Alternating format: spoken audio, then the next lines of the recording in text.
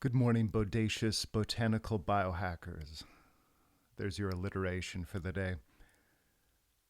I started this morning at about 6 o'clock. Between 6 to 6:30, I typically wake up. That happens to be around the time the sun is rising these days. And I start with a very basic meditation. All right, back up a little bit. First, I have some water, because if you're doing Qigong or meditation and you have no water in your system, it's going to be very limited as far as how useful it is, because our body is kind of a hydraulic steam machine. And in order to get those physiological processes really kicking, we need some hydration. So I start with some water, maybe some ginger tea if I'm feeling like I have a little more dampness going on or water retention in the body. This morning, I chose to go with some pu'er tea, which traditionally, you're not supposed to start the day with tea on an empty stomach. I can get away with it these days, so I did. Then I started a meditation, which it's really more of using the breath as a way to assess yourself orthopedically. As you breathe into the lower pelvic girdle, into the lower dantian, you can get an idea for where there is tightness and where it's loose. This is really important because the psoas muscle will connect to the VMO, the lateralis. All of this connects into the hip and indirectly through the psoas into this pelvic girdle. This will control how aligned your kneecap is. It will control anterior and posterior pelvic tilt. And really, all chronic orthopedic problems will originate within these muscle imbalances. And this is controlled neurologically. So by breathing into these tissues, I can get a sense for where one is tighter than the other. As my breath rises up, I can start to feel where my lower back may have some tightness. This can also give me additional information as far as the psoas is concerned. Then, as I'm breathing up through, feeling up into my chest, as the chest expands, I can get a feeling for the neck.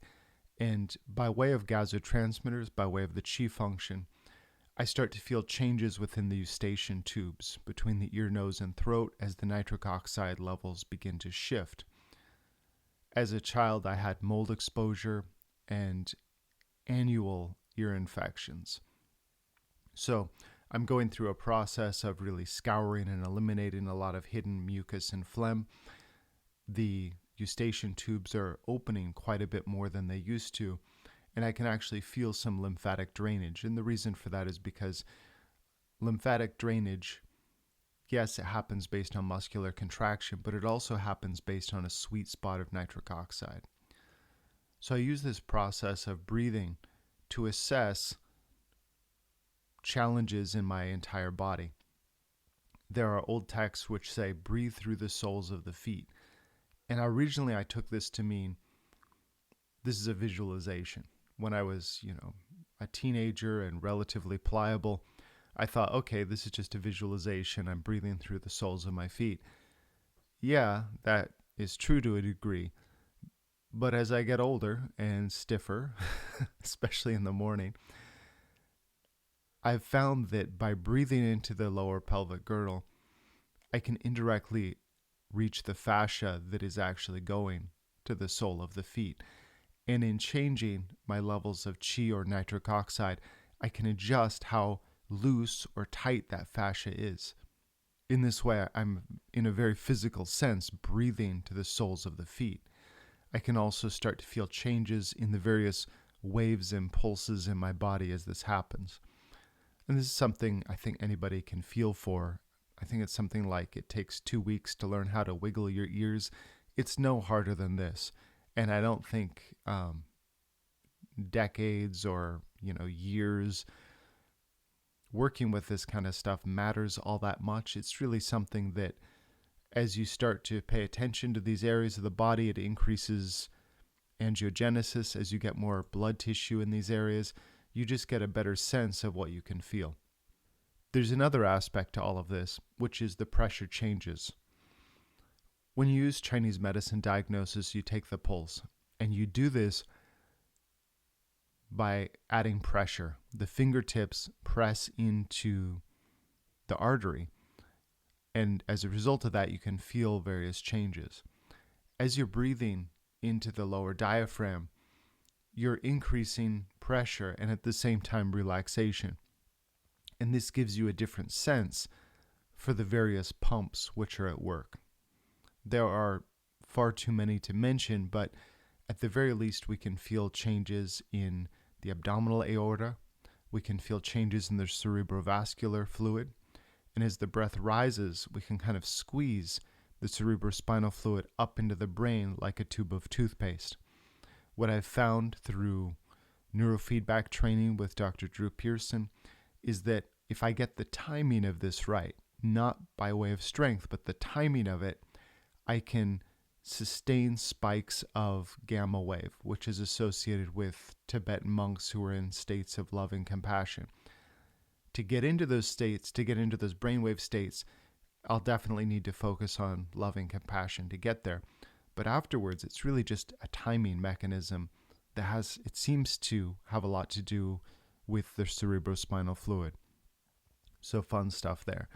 By breathing into the lower, we call the lower dantian, the lower pelvic girdle, and timing this in a very gentle way, breathing up into the chest and causing that expansion and contraction that's going forward and backward, left and right, and up and down in a very synchronized way. And synchronicity is the key here rather than power.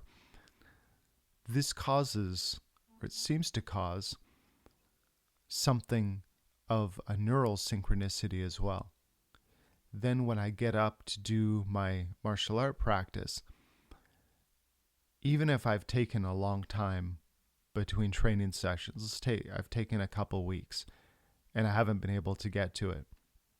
If I'm not doing this breathing practice, it will take me probably 3 weeks to get my groove back, to get everything firing the way it should be. But if I take time at first just to do the breathing practice and assess where it's tight, where it's loose, I can immediately not only get back to where I was, but become even more advanced. And this is because of the neural kinetic relationship that I can access by way of the breathing. And I'm mentioning all of this not to say, hey guys, I wake up and meditate, because the truth is, I'm nowhere near advanced at any of this stuff. But I can screw up less when I engage in this practice, which may only take 10 to 15 minutes. But then as I begin to walk or run or whatever it is I'm doing throughout the day, I can get feelings of heat and warmth and relaxation. And that's the real treasure, because that allows me to have more energy throughout the day. So let's say I'm doing laundry or washing the dishes and just cleaning up around the house, something that affects most of us. I can go for much longer periods without needing to take a long break or a rest. And that makes life much better. And while I'm doing those activities, I may think of something which is useful in another aspect of life. So there's something about this breathing exercise, just the breathing, which has this effect on the neural kinetic chains throughout the body. Yes, it's relaxing. Yes, it helps me to focus throughout the day. But there's something about having the body physically more integrated, more coordinated, which is less stressful. If I sustain, let's say I just, I'm relatively stiff and I jump just maybe 1.5 meters and I fall to the ground. Land on my feet. Most of that force, if I'm not relaxed, supple, and have a lot of tensegrity going through the body, is going to land in my joints. It's going to be very stressful. Same is true if I'm just walking. Same is true if I'm, just walking around. That's going to be a stressor if I don't have a lot of tensegrity moving through the body. So throughout the day, as I walk around, as I move, I'm basically stressing myself out because I'm stressing my joints out. But if I start the day with just an assessment breathing practice. Not looking for enlightenment here, not looking to be less of, a bad person, whatever. This is strictly just viewing internally what's going on down there. Hey, that's tight. I wonder if I relax my breathing a little bit. Okay, there it goes, and I can feel my body shift a little bit. And they say that life is a game of inches. If you're aiming for something, which is the trajectory of your day, it's those minor adjustments which have the biggest impact down the line. So by breathing and assessing the relationship of the breathing, you can get an idea of where you're off. I'll give you an example of this. I've had serratus anterior difficulty from grappling. A joint lock went a little too ambitious, and it stretched a ligament in my shoulder. It's never quite been the same. At the same time, I've had lateral patellar drift, which has been a challenge for years. Clayton Shu, who's an acupuncturist who really focuses on neurological conditions, he's also a Tai Chi master, was just feeling the serratus anterior. And this is my right side serratus. He noticed that my lungs were filling on that side in a delayed fashion, and there was just a slight hiccup there, just a slight hesitation. So then he felt on the left side around the iliac crest and a little bit interiorly. Then he was able to see, okay, the opposite side, just like a Taiji sphere, the Taiji simple, the opposite side is also hesitating just slightly. And he was able to say, okay, well, this is why your knee has been going out, and this is why the serratus isn't firing. And he did needling, which was incredible. And his long-term advice was breathe into those areas. You've been breathing, you've been focusing on chi, just physically breathe into those structures and feel how it influences you systemically. So this is a practice I've been doing ever since, and it's been wonderful. So I'm very thankful for his perspective on this, and it's also given me a different way to look at Qigong.